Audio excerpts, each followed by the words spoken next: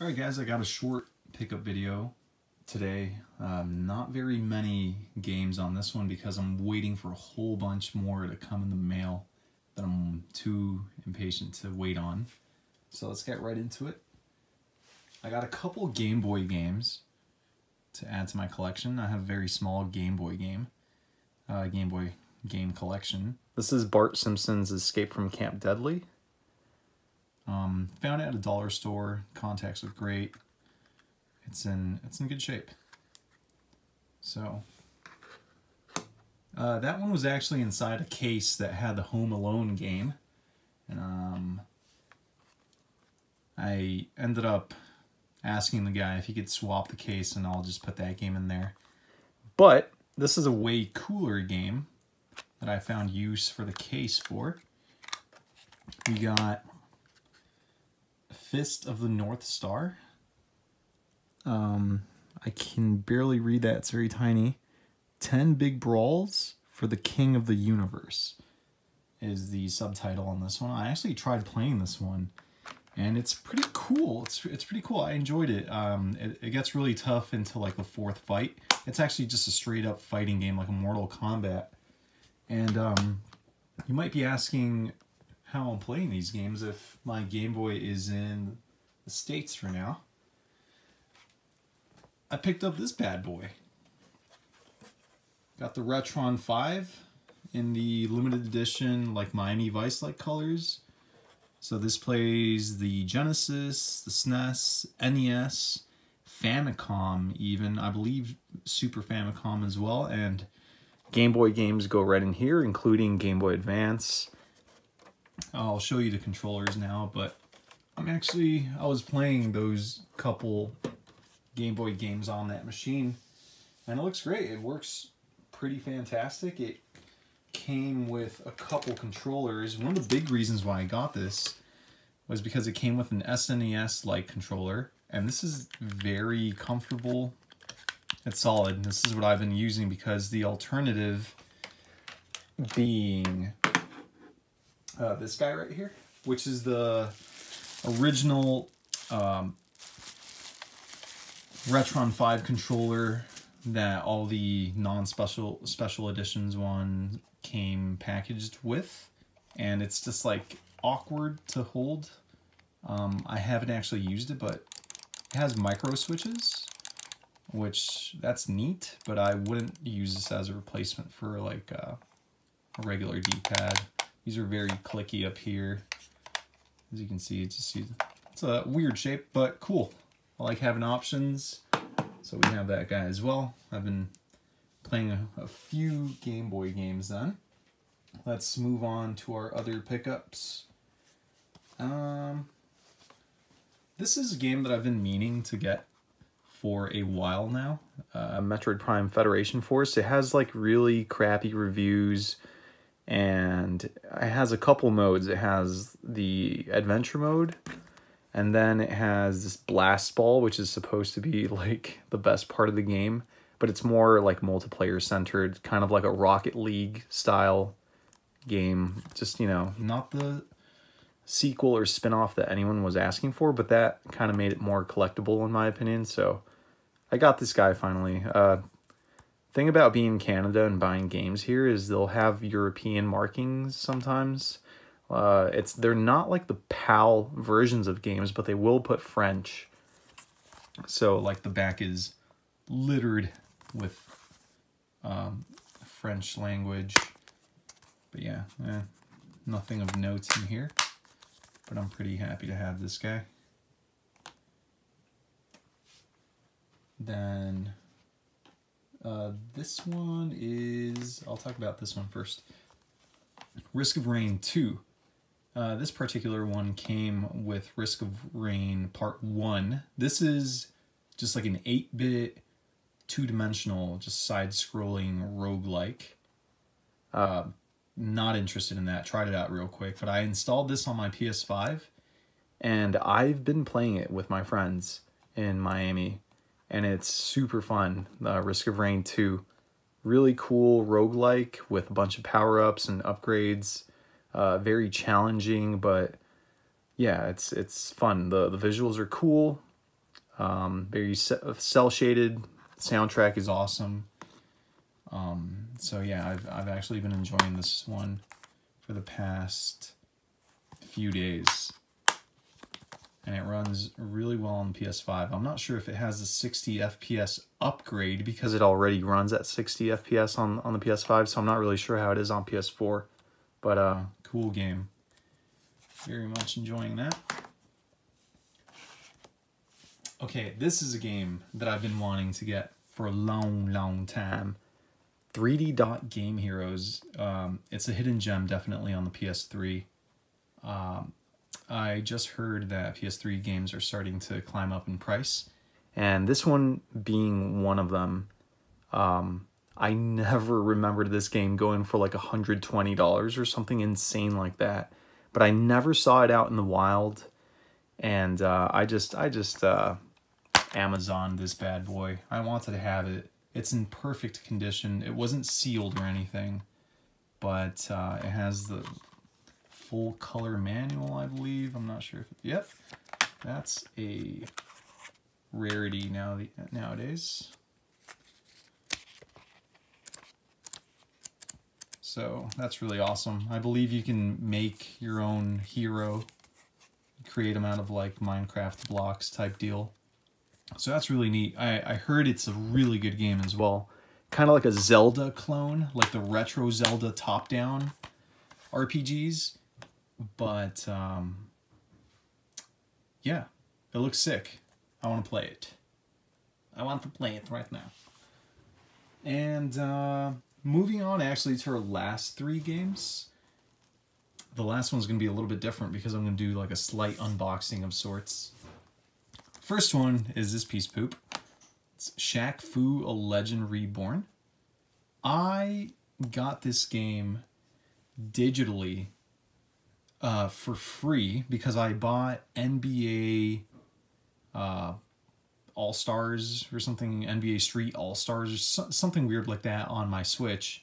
And that developer promised that if you bought that game, you would get Shaq Fu: A Legend Reborn for free in some capacity, and I wasn't thinking I would get the physical release, which I didn't. It was just a digital download code. So this guy was like 20 bucks, and it's sealed, and it will remain sealed because I already have it downloaded. I actually played it for a little bit back in the day when I did get it, and it wasn't terrible, honestly. I don't think it was a piece of shit like a lot of people say it is. But, yeah, it's not anything great either. I'm not really sure what sort of add-on the bonus fuck you comes with, but yeah, Shaq Fu: A Legend Reborn, nice and sealed. 20 bucks. I'll take it. Alright. This game, oh man, what can I say about this game? Monster Hunter Rise kind of really caught me by surprise.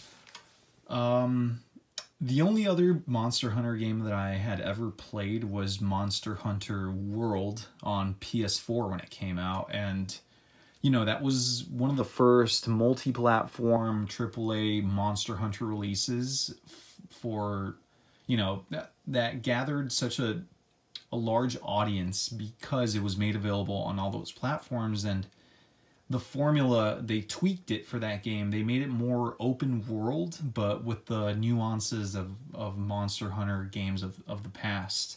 And it created this really awesome formula that people still play to this game. They fangirl over Monster Hunter World. So Monster Hunter Rise was the first one that was going to be a sequel of sorts to that game. The format that it's in, the open world, it's all here, and it has a bunch of monsters and stuff. I've already logged maybe 30 hours into this game, and it's one of those games that I think about playing when I'm not playing it. So I'm at work, just wishing that I was hunting monsters with my longsword. That's really a shame though, and it's so blank. But anyways, awesome game. I highly recommend it. The combat is very Souls-like, surprisingly, but there's a lot of reading and research, or you know, just like kind of studying up on this game so that you're good on so that you're good at it, and you don't suck, because if you leave this game unattended and you haven't been an avid Monster Hunter player, you're gonna forget the controls and how things are. So it's one that really needs your time, but I'm more than happy to give it to it because this game is so sick. I only just opened up the game, as in I passed the campaign mode, which is just like a short tutorial of sorts, but not really, because you gain some hunter rankings fighting these awesome monsters that only get bigger and cooler. Oh man, I can't stop gushing about this game. It's super sick. I like having it portable, but I'm playing mainly on the TV. Super sick game. And last but not least is it's going to be my second super rare purchase. My first one being Lonely Mountains Downhill, which I love that game. And it seems like these guys, this is their 50th release.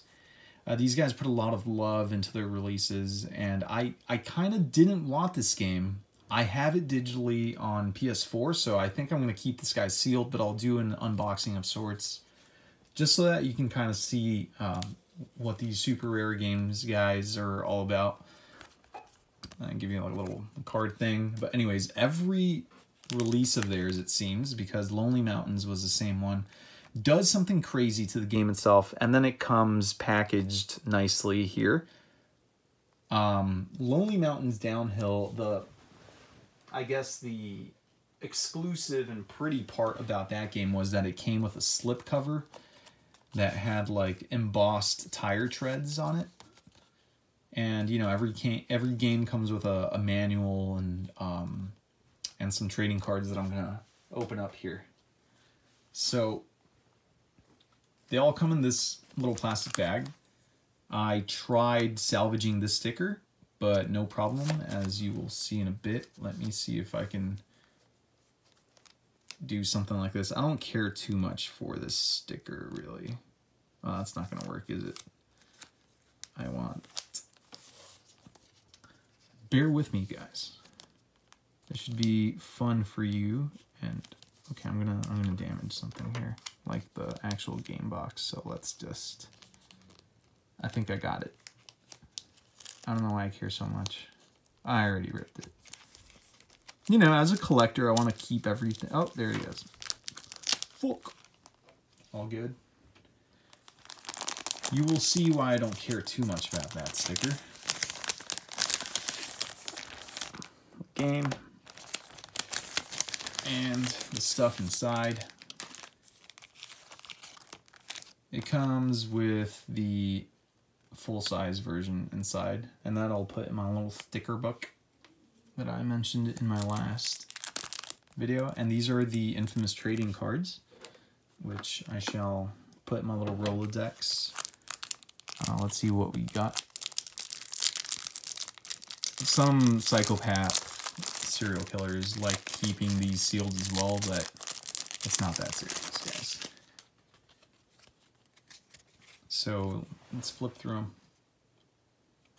I guess we just kind of have the thanks for buying this. Interact with Fish. I didn't even mention what game this was. Abzu. So this came out on PS Plus for free, and I picked it up and I downloaded it on my PS4, I think. But I think it would be something cool ran on PS5. I don't know if you guys can notice that, but they made this thing. This is just a regular plastic case release, but they gave it this metallic sheen to it. You can't really see it unless you look at it at an angle and the light hits just right. So some sharks. The spine even. I guess because this is their 50th release, they wanted to give it some extra. So even the spine, you cannot tell. But this is a metallic red.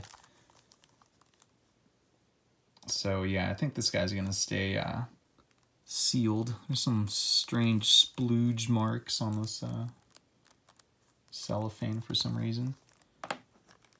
But yeah, it's a game about scuba diving or something, exploration, underwater exploration. I think I would enjoy it. Interact with fish. Hundreds of species. Okay, that's cool, if there really is. I would assume there is. Some orcas. And I guess the last card is just the cover art. All of them have that backing. But yeah, I think I might give this game a shot on PS4 then. Not really sure what it's about. I know they compared a lot to, the name escapes me right now, but it was another PS3 game where you're just kind of wandering in the desert. Yeah, thanks for watching. Peace.